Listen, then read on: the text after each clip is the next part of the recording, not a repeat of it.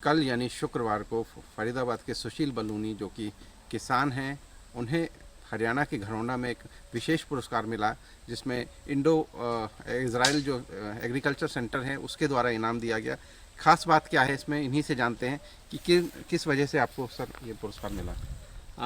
देखिए, जितना भी लोग बाग हाईटेक एग्रीकल्चर के अंदर आ रहे हैं तो राज्य सरकारें जो हैं उनको पुरस्कृत भी कर रही हैं और बेसिकली जो है किसानों को प्रोत्साहित भी कर रहे हैं। जैसे आप लैंड की रेट्स काफ़ी ज़्यादा बढ़ रहे हैं, उसके साथ साथ में मौसम की काफ़ी मार एक तरीके से किसानों को पड़ती है। तो इस सब से बचने के लिए किस तरीके से किसान अपने आप को हाईटेक करें, किस तरीके से नई नई चीज़ों को लेकर के आएँ, तो किसान को उद्यमशीलता में लाने के लिए जो सरकार प्रोत्साहित कर रही है उसके अंतर्गत उन्होंने पूरे प्रदेश के अलग अलग डिस्ट्रिक्ट से दो दो लोगों को चुना है।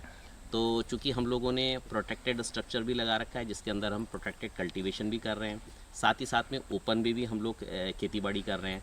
हम लोगों ने वर्षा जल को संचित करने के लिए, जमा करने के लिए 1.5 लाख लीटर का एक टैंक भी बनाया है। और इसमें भी सबसे बड़ी चीज़ जो है, हम लोग जितना एंशिएंट एग्रीकल्चर का हमारा सिस्टम रहा है, यानी कि जिसको हम लोग वैदिक कृषि और वैदिक कृषि में नक्षत्र आधारित कृषि बोलते हैं, साथ ही साथ में प्राकृतिक कृषि। तो प्राकृतिक कृषि, वैदिक कृषि, नक्षत्र कृषि को, ये तो हो गया पुराना तरीका। और जो लेटेस्ट हमारा तरीका है जिसमें इंडो इजराइल के साथ में जो प्रोटेक्टेड कल्टीवेशंस कर रहे हैं, इसमें नेट हाउसेज, पॉली हाउसेज इत्यादि लग रहे हैं। भारत के इन क्षेत्रों में, हरियाणा इत्यादि में टेम्परेचर बहुत होने के कारण से पॉली हाउस सक्सेस नहीं है, लेकिन नेट हाउस बहुत अच्छे सक्सेस हैं जिनके अंदर फॉगर्स इत्यादि लगे हों, टेम्परेचर कंट्रोल हो, वेंटिलेशन अच्छा हो। तो वो यूनिट हमने लगाया हुआ है। तो इसमें हमने क्या किया, वैदिक और नक्षत्र कृषि के अंदर जितने इंग्रेडिएंट्स और जिस उसके तत्व थे उनको हमने मॉडर्न के साथ में एक तरीके से क्लब किया है। तो वो जब मैंने सारे कॉन्सेप्ट कृषि मंत्री जी को भी बताए और डायरेक्टर जनरल हॉर्टिकल्चर को बताए तो उनको वो काफ़ी अच्छे लगे। तो इसी सब चीज़ के लिए हम लोगों को उन्होंने, चूँकि चीज़ें अच्छी लगी, नई लगी, तो प्रोत्साहित करने के लिए पुरस्कार दिया गया। सर, सबसे पहले ये बात जानना चाहेंगे, क्या सरकार की तरफ से कोई पहल की गई थी या किस तरह से आपने विचार आया, और आम कृषि के मुकाबले जो हाईटेक कृषि की जो आप बात कर रहे हैं, कितना खर्च में फ़र्क है और कितना मुनाफे में फ़र्क है?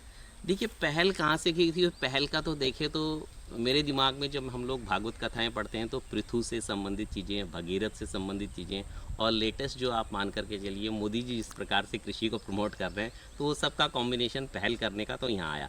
पहल डेफिनेटली सरकार की तरफ से ही हुई। सरकार इनके ऊपर में अच्छी खासी सब्सिडीज़ दे रही है, किसानों को प्रोत्साहित कर रही है, बगैर डिपार्टमेंटल आप एक तरीके से योगदान के या बगैर सरकारों के प्रोत्साहन के आप कृषि को ऊंचा नहीं उठा सकते, क्योंकि खर्चा बहुत ज़्यादा लगता है। किसान के पास में इतना पैसा नहीं है कि उन चीज़ों को करे। तो थोड़ा वो एक तरीके से जब तक डिपार्टमेंटल सपोर्ट नहीं आता तब तक चीज़ें नहीं होती। तो यहाँ के डीएचओ वगैरह ने और बाकी सब लोगों ने हमसे संपर्क किया, हमने भी उनसे कॉन्टैक्ट किया, तो दोनों तरफ से पहल हुई और ये काम सफल हो पाया। अच्छा, कितनी महंगी है ये जो कृषि है? देखिए, महंगी तो बहुत महंगी है, काफ़ी महंगी है, क्योंकि एक नेट हाउस आप जब लगाने के लिए जाते हो तो कम से कम आपको 25 से 30 लाख रुपए का खर्चा आता है।